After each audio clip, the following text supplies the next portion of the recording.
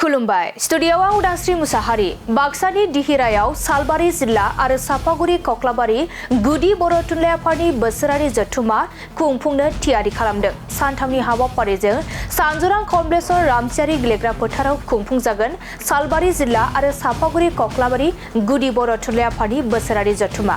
नंगौ गाबोननिफ्राय एबा 26, 27 आरो 28 सानथामनि हाबाफारिजों बाक्सा जिल्ला सिमला पुलिस थानानि सिङाव थानाय दिहिरा हायना बाजार सानजरां कमप्लेक्सर रामसियारि गेलेग्रा फोथाराव सालबारि जिल्ला बर' थुनलाइ आफादनि 20थि बोसोरारि जथुमा आरो सापागुरि कक्लाबारि गुदि बर' थुनलाइ आफादनि 52थि बोसोरारि जथुमाखौ खुंफुंनो थियारि खालामदों।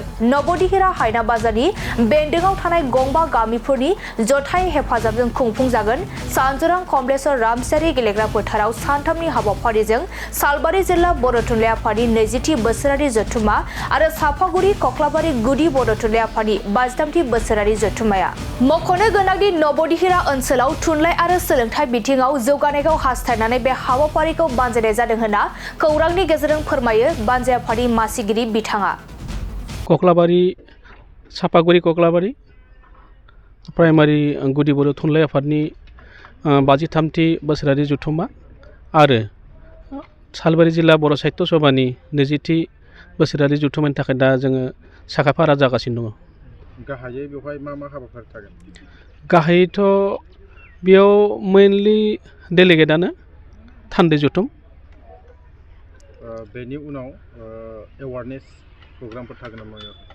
एवारनेस प्रग्राम होननानै बेयाव जोंनियाव गैया, नाथाय बेयाव मा जाहैबाय मैखोमै जोंहा जि खुदियाफोरनि फरायसाफोरनि जिथुनाखि थुनलाइयारि बादायलायनाय बे हाबाफारिया थागोन आरो कालचार प्रग्राम थागोन ओरैनो सरासनस्रायै। बे हाबाफारिनि गेजेरजों ओनसोलाव माबा मोनसे उन्नति जागोन होननानै सानो नामा? बेथ' निस्सय जाखागोन बेयाव। दा कक्लाबारि प्राइमारि जिथुनाखि जोंनि बर' थुनलाइ आफादनि जिथुनाखि खावलायनाय बे लेखायैनो जोंनि ओनसोलाव फैगौ 20थि जिथुनाखि बर' थुनलाइ आफादनि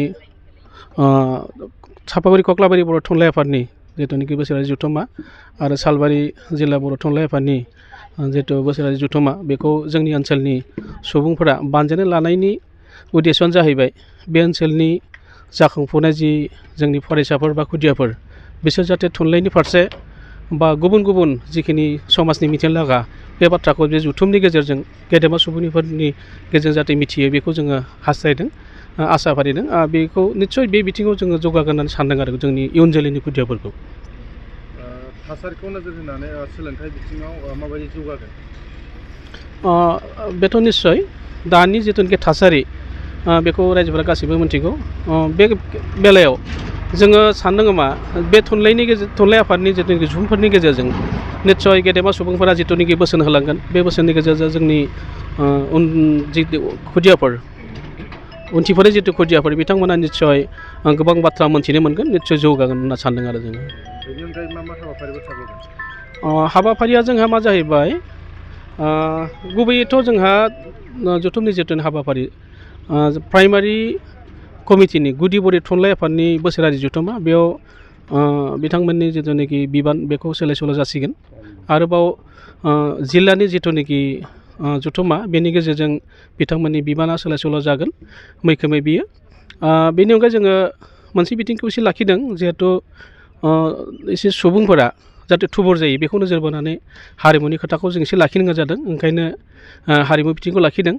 जोबखालि 28 खालार खालि मोनायाव जोङो बिग्रायखौ हांख्रायदों जाहाथे जायगानि जिथुनाखि हारिमु बिथिङाव मोजां मोनग्रा सुबुंफोरा दावगानो हायो, एसे फल' खालामनो हायो, उन सोलोंनो हायो बेखौ नोजोर बोनानै।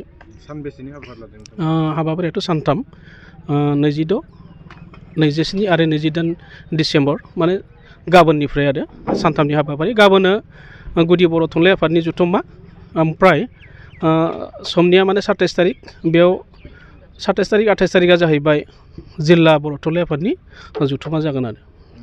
नोंथांमोननि हाबाफारियाव रायजोफोरखौ माबायदि हेफाजाब होनो खावलायगोन? जोंनि बे जथुमाव रायजोफोरा जोंनि बिभिन्न' खामानियाव अलरेडि बिभिन्न' खामानियाव हेफाजाब होगासिनो दङ आरो होबावगोन। बे जाहैबाय ओरैहाय दा जोङो रांखान्थिखौ नोजोर होनानै जोङो बेयाव खामलानि खोथाखौ सिन्था खालामालासिनो रायजोखौनो एम्फौ खालामदों। रायजोफोरा बिभिन्न खामानियाव दा हेफाजाब होगासिनो दङ हा होनाय बा बिभिन्न स्टेज गायनायाव बिभिन्न खामानि बा गोबां खामानि जिथुनिखि जोङो जानाय लोंनाय बे बेलायावबो जोंनि ओनसोलनि रायजोफोरा गोबां हेफाजाब होदों दा जेरै थाव संख्रि आलु दालि बेबायदि माइरं दैरं जोंनि ओनसोलनि रायजोफोरा गासैबो बाननानै फैगौ जिथु जथुमखौ साक्सेस खालामनायनि बिथांमोनाबो गासै साखा फारा जादों।